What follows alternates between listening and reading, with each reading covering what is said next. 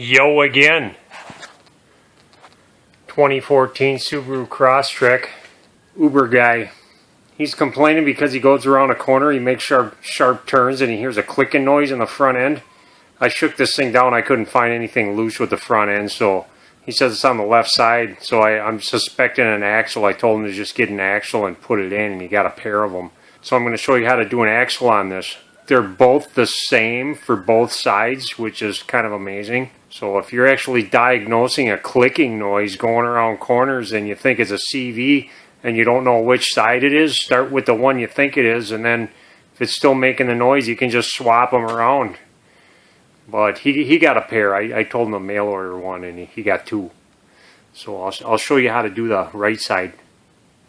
Remove tire. This is a 19 millimeter. This axle nut is well, I'm using an 1 1/4 socket because I'm old.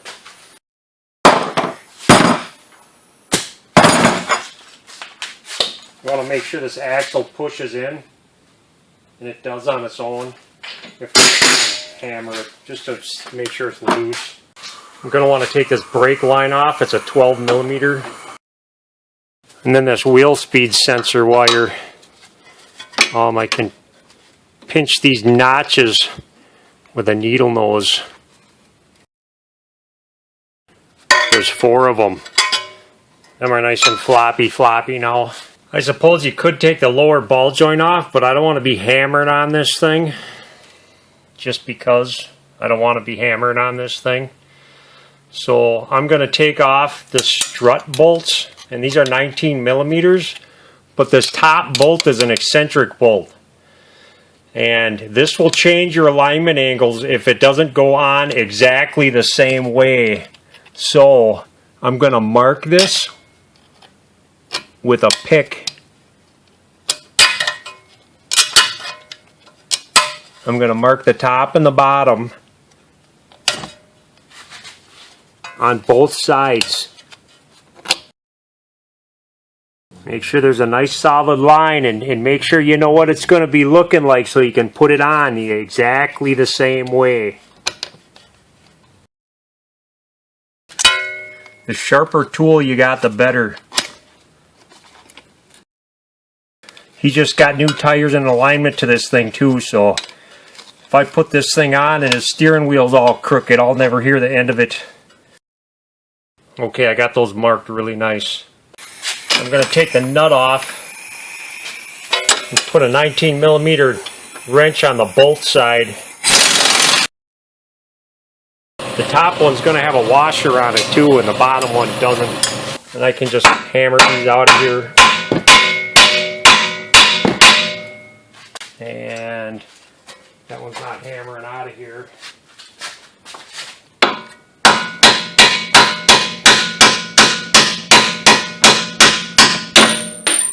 See that? That's an eccentric bolt.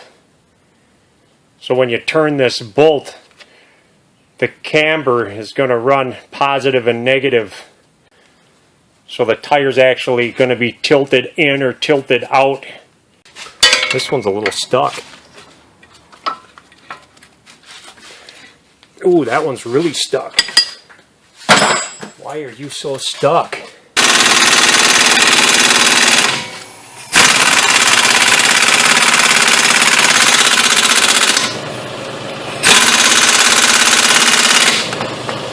What the heck is going on with that stuck bolt? Not cool.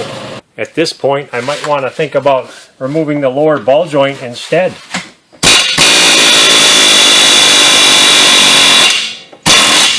But I have an air hammer. I put the nut back on it so I don't damage the thread. It's going to live. The other one came out real nice. That one's not real nice.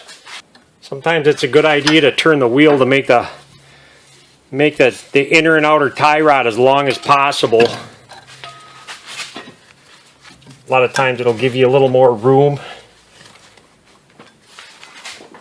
Sometimes it don't. I can muscle that out of there. And then on this side, this is the differential here. And there's the axle, the other side of the axle. It's nice they got this little tab here because they like people working on their stuff. I can get in here with a pry bar and just give it a pop. And there's a little lock ring on the half shaft, and that'll pop it out.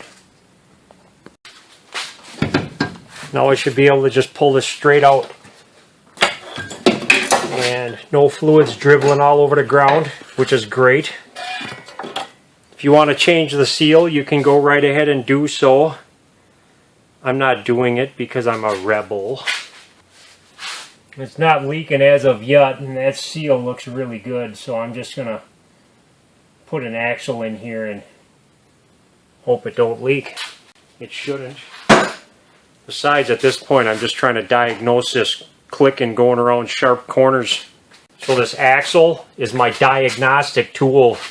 You want to put a little lubricant on this seal.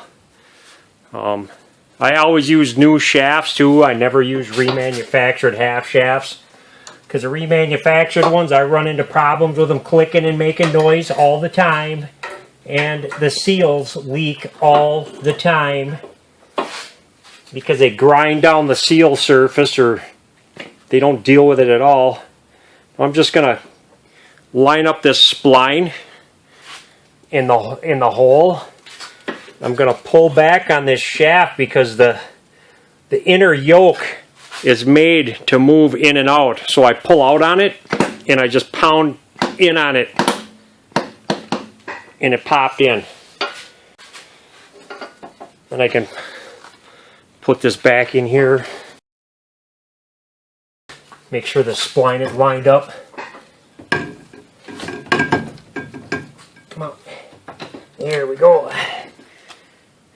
I don't want to tighten that nut up, put that nut on there yet either. Not until I get this stuff back together. Humpty Dumpty. Oh, that's really tight.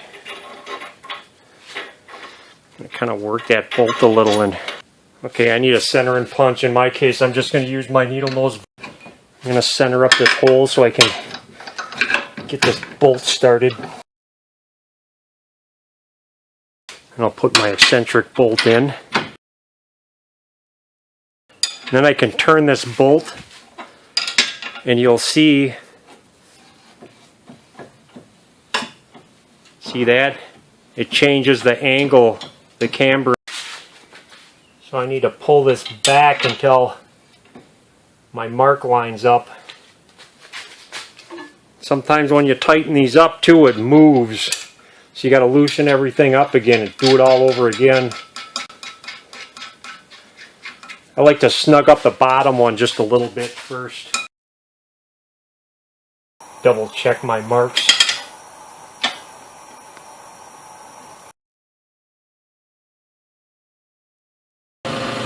Those look good.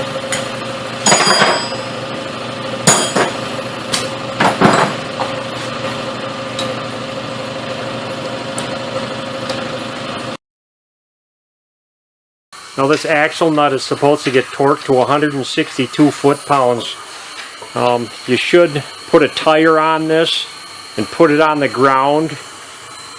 A lot of times you got to take like the center cap off of your rim so you can get in here with the tire on the ground and tighten it to 162.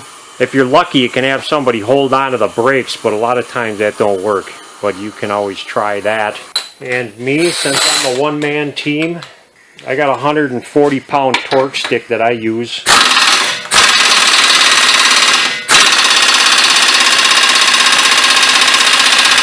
I'm just going to keep going until it doesn't move anymore.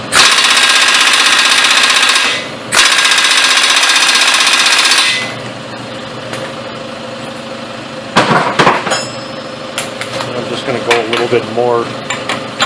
Just guess the rest. That should be good.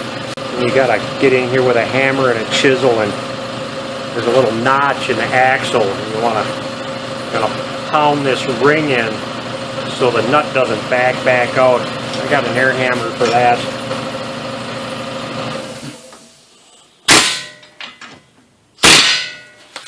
And it's just that easy. Okay, bye.